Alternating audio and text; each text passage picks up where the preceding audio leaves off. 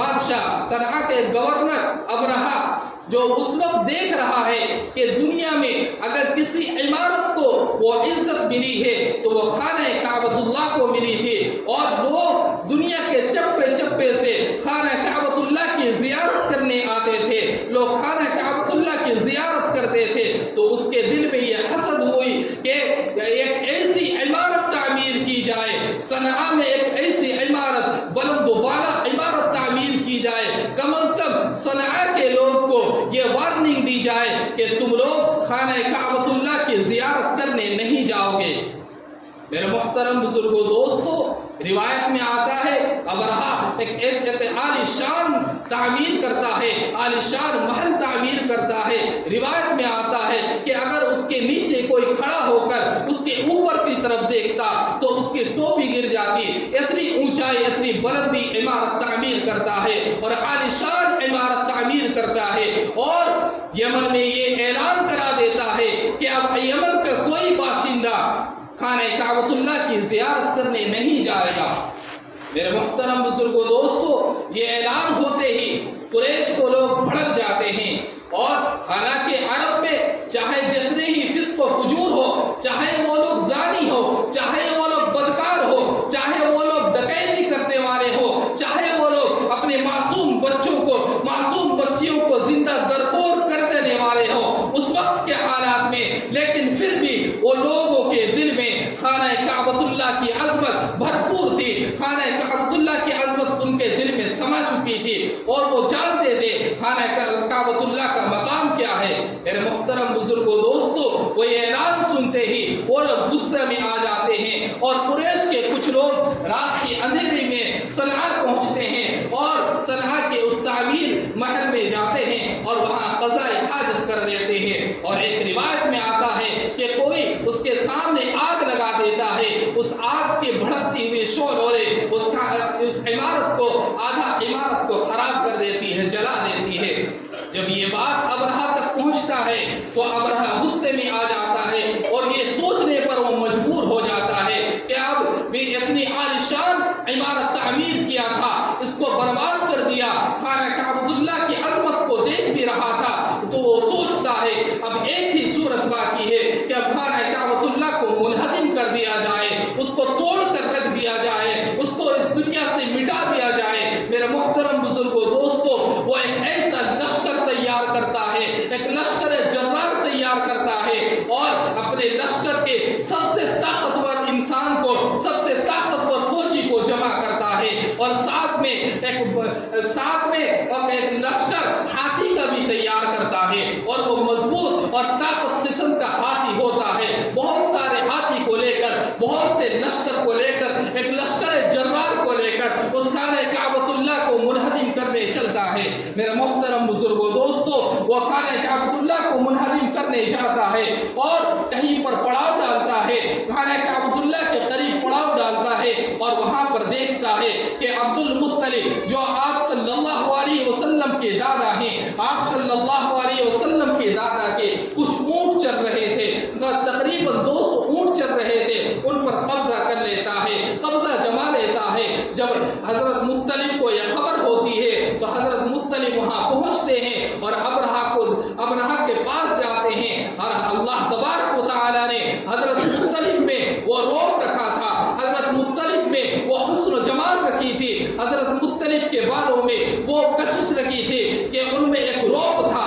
جب ابرہہ دیکھتا ہے وہ اپنے تخت سے اتر کر حضرت مطلب کے پاس جاتا ہے اور کہتا ہے کہ تم کس غرض سے آئے ہو، کس لیے آئے ہو؟ تو حضرت مطلب فرماتے ہیں کہ تم نے میرے 200 اونٹ پر قبضہ کر لیا ہے، میں اسے چھڑانے آیا ہوں۔ حضرت عبد المطلب جو حضرت محمد مصطفیٰ صلی اللہ علیہ وسلم کے دادا ہیں، انہی کے 200 اونٹ قبضہ کر لیتے ہیں۔ جب وہ پہنچتے ہیں تو ابرہہ کہتا ہے کس لیے آئے ہو؟ تو وہ کہتے ہیں کہ میں نے اپنے اونٹ کو چھڑانے آیا ہوں۔ میرے محترم بزرگوں دوستو، اس پر وہ بڑا تعجب ہوتا ہے۔ ابرہہ کہتا ہے کہ یہ کیسا شخص ہے، یہ کیسی ہستی ہے کہ میں نے تو اسے سمجھ رہا تھا ایک باوقار انسان ہے، اور یہ عرب کا متولی ہے، خانہ کعبۃ اسے اپنی اونٹ کی پڑی ہوئی ہے، جبکہ میں اعلان کر چکا ہوں میں خانہ کعبۃ اللہ کو منہدم کرنے آیا ہوں، جبکہ اسے معلوم ہے میں خانہ کعبۃ اللہ کو توڑنے آیا ہوں۔ یہ اس بارے میں سوال نہیں کرتا، یہ اس بارے میں مجھ سے پوچھتا تک نہیں کہ تم خانہ کعبۃ اللہ کو توڑنے آئے ہو۔ اسے اگر فکر ہے تو اپنے اونٹ کی پڑی ہے، اسے اگر فکر ہے تو اپنے اس معمولی اونٹ کی پڑی ہوئی ہے، اور وہ بظاہر اور وہ ابرہہ برداشت نہیں کر کے وہ یہ ظاہر بھی کر دیتا ہے کہ تمہیں تو اپنی اونٹ کی پڑی ہوئی ہے، جبکہ تمہیں معلوم ہے کہ میں خانہ کعبۃ اللہ کو توڑنے آیا ہوں۔ تو حضرت عبد المطلب فرماتے ہیں کہ میں اپنے اونٹ کا مالک ہوں، میری ملکیت میں اپنا اونٹ ہے، میں اسی کا ہی میں کفالت کرتا ہوں، اور مجھے اگر پڑی ہوگی، مجھے اگر فکر ہوگی تو اس اونٹ کی پڑی ہوگی، اور اگر خانہ کعبۃ اللہ کو تم منہدم کرنے آئے ہو تو خانہ کعبۃ اللہ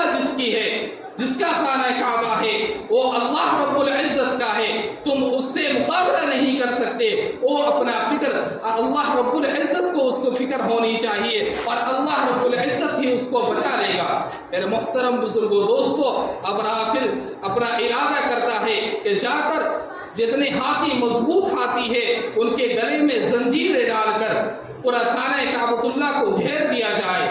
اور ہاتھیوں کو ہٹا دیا جائے تاکہ خانہ کعبۃ اللہ گر جائے۔ میرے محترم بزرگوں دوستو، وہ اس سوچ پر جاتا ہے اور ہاتھیوں کو لے کر آگے بڑھتا ہے، تو اللہ تبارک و تعالیٰ نے انہیں ہاتھیوں کا مقابلہ ہاتھیوں سے نہیں کراتے۔ یہ اللہ کا قانون ہے،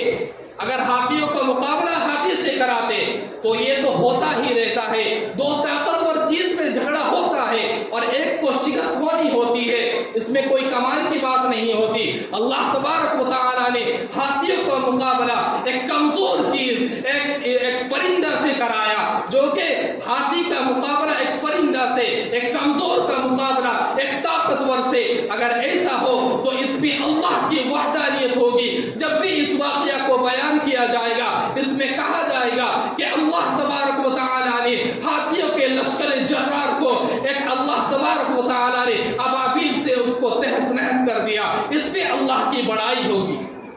میرے محترم بزرگوں دوستو، اللہ تبارک و تعالیٰ نے اس ہاتھیوں کے لشکر کو ابابیل کے ذریعے، جو ابابیل اپنے چونچوں پر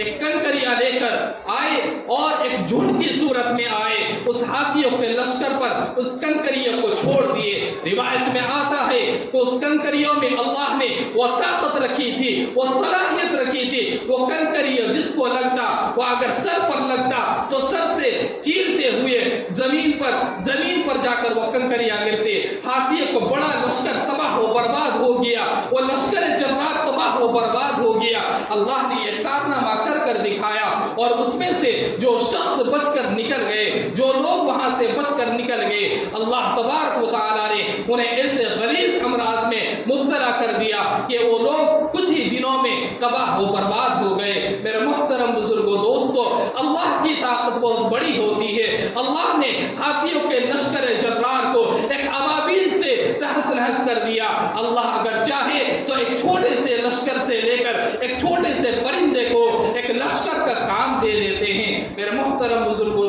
دوستو، اللہ سے دعا کرے کہ اللہ تبارک و تعالی ہمیں سنت و شریعت کے مطابق زندگی گزارنے کی توفیق عطا فرمائے، اور ہمیں اللہ تبارک و تعالی کے محبوب جناب محمد الرسول اللہ صلی اللہ علیہ وسلم کی اسوہ زندگی کو اپنے زندگیوں میں داخل عطا فرمائے۔